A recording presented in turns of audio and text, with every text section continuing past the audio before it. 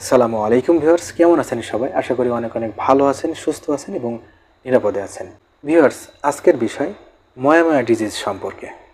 Viewers, ময়াময়া এমন একটি disease বা এমন একটি রোগ, এই রোগ হলে যে ক্যারোটিড ধমনী রয়েছে সেই ধমনী অবরুদ্ধ হয়ে যায়, অর্থাৎ সরু হয়ে যায়, যাতে করে ব্রেইনে বা মস্তিষ্কে রক্ত প্রবাহ বাধাগ্রস্ত হয়। ভিউয়ার্স, এই ক্যারোটিড ধমনী একটি প্রধান ধমনী, যা কিনা মস্তিষ্কে রক্ত প্রবাহ সরবরাহ করে থাকে। যখন এই ক্যারোটিড ধমনী ব্লকেজ হয়ে যায় তখন অনেক সমস্যার সৃষ্টি হয় বা তার কার্যকারিতা হ্রাস পেতে শুরু করে, কার্যকারিতা কমতে শুরু করে, যার ফলে মস্তিষ্কে রক্ত সরবরাহ কমে যেতে থাকে এবং এর ফলে স্ট্রোকের ঝুঁকি বেড়ে যেতে পারে।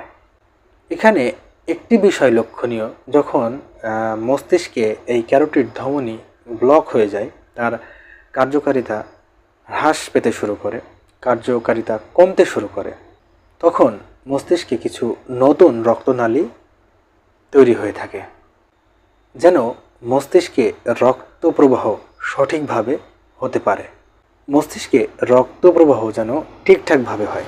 কিন্তু একটি পর্যায়ে এসে এই অস্থায়ী রক্তনালীগুলো আর সঠিকভাবে রক্ত সরবরাহ করতে পারে না। শেষ পর্যন্ত দেখা যায় যে ওই রক্তনালীগুলো তাদের কাজ করা বন্ধ করে দেয়।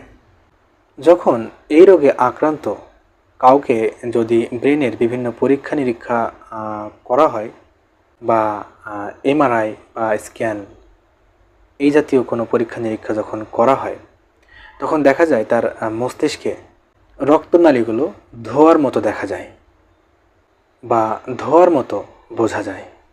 ভিউয়ার্স, ময়াময়া সাধারণত শিশুদের বেশি প্রভাবিত করে থাকে, তবে প্রাপ্ত বয়স্কদেরও এই সমস্যা হতে পারে।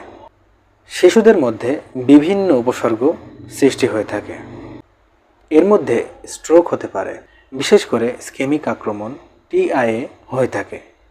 অন্যদিকে প্রাপ্ত বয়স্কদের ক্ষেত্রে মস্তিষ্কে রক্তক্ষরণ হয়ে থাকে। এছাড়াও এর সাথে মাথা ব্যথা থাকতে পারে, খিঁচুনির সমস্যা হতে পারে, শরীরের এক পাশ দুর্বলতা দেখা দিতে পারে, দৃষ্টিশক্তির সমস্যা সহ আরও অন্যান্য সমস্যাও কিন্তু দেখা দিতে পারে। এখন আপনার শিশু যদি ময়াময় আক্রান্ত হয়, তাহলে আপনি কিভাবে বুঝবেন বা কী কী লক্ষণ দেখে আপনি বুঝবেন যে আপনার শিশু বা সন্তান ময়াময়া ডিজিজে আক্রান্ত হয়েছে বা আক্রান্ত হতে যাচ্ছে? প্রথমে যে বিষয়টি বলতে হয় সেটি হচ্ছে, শিশুদের ক্ষেত্রে সবচেয়ে বেশি যে সমস্যাটি হয়ে থাকে সেটি হচ্ছে স্ট্রোক হতে পারে, স্ট্রোকের সমস্যা হতে পারে। ভিউয়ার্স, কখনো যদি আপনি দেখেন আপনার শিশুর শরীরের এক পাশ দুর্বলতা দেখা দিচ্ছে বা এক পাশ দুর্বল হয়ে যাচ্ছে, অসরতা দেখা দিচ্ছে, কিংবা তার মাঝে মাঝেই মাথা ব্যথা হচ্ছে এবং এর সাথে তার যদি দৃষ্টিশক্তির কোনো সমস্যা দেখা দেয়, বিশেষ করে কোনো কিছু পড়তে তার যদি সমস্যা হয় বা কোনো কিছু দেখতে যদি কোনো সমস্যা দেখা দেয়, এবং এর সাথে যদি আপনি দেখেন যে আপনার শিশু বা সন্তানের কথা বলতে সমস্যা হচ্ছে, কথা বলার অস্পষ্টতা দেখা দিচ্ছে, কিংবা আপনার সন্তানে যদি বারবার খিঁচুনি হতে দেখা যায়, কিংবা স্বাদ এবং গন্ধের যদি কোনো সমস্যা দেখা দেয়, এছাড়াও শ্রবণ শক্তির কোনো সমস্যা দেখা দেয় এবং তার সাথে স্পর্শের কোনো সমস্যা হয়, অর্থাৎ স্পর্শের কোনো অনুভূতি যদি সে না পায়, এই সমস্ত লক্ষণগুলো বা এই সমস্ত সমস্যাগুলো যদি আপনার সন্তানের ক্ষেত্রে হয়ে থাকে, তাহলে অবশ্যই দ্রুত একজন চিকিৎসকের শরণাপন্ন আপনাকে হতে হবে এবং চিকিৎসা গ্রহণ করতে হবে। এর সাথে আপনার সন্তানের যদি অন্যান্য রোগ ব্যাধি হয়ে থাকে, যেমন সিকেল সেল রোগ কিংবা ডাউন সিনড্রোম রোগ, এছাড়াও নিউরোফাইব্রোমাটোসিস, এর সাথে জন্মগত হৃদরোগ বা থাইরয়েডের কোনো সমস্যা, এগুলো যদি হয়ে থাকে, কিংবা এই রোগের যে কোনো একটি রোগ যদি আপনার সন্তানের দেখা দিয়ে থাকে, তাহলে আপনাকে সতর্কতা অবলম্বন করতে হবে। তার কারণ কখনো কখনো ময়াময়া রোগ এই রোগগুলোর সাথেও হয়ে থাকে বা এই রোগগুলো হওয়ার কারণেও ময়াময়া রোগ দেখা দিতে পারে।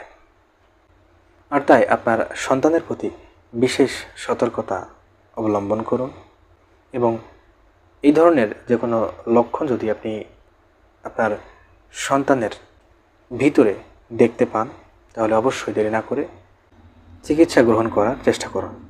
ভিউয়ার্স, ভালো থাকবেন, সুস্থ থাকবেন এবং নিরাপদে থাকবেন এবং আয়ান হোমিও ক্লিনিক এই চ্যানেলটির সাথে থাকবেন। চ্যানেলটিকে সাবস্ক্রাইব করে রাখবেন। দেখা হবে অন্য কোনো নতুন একটি ভিডিওতে।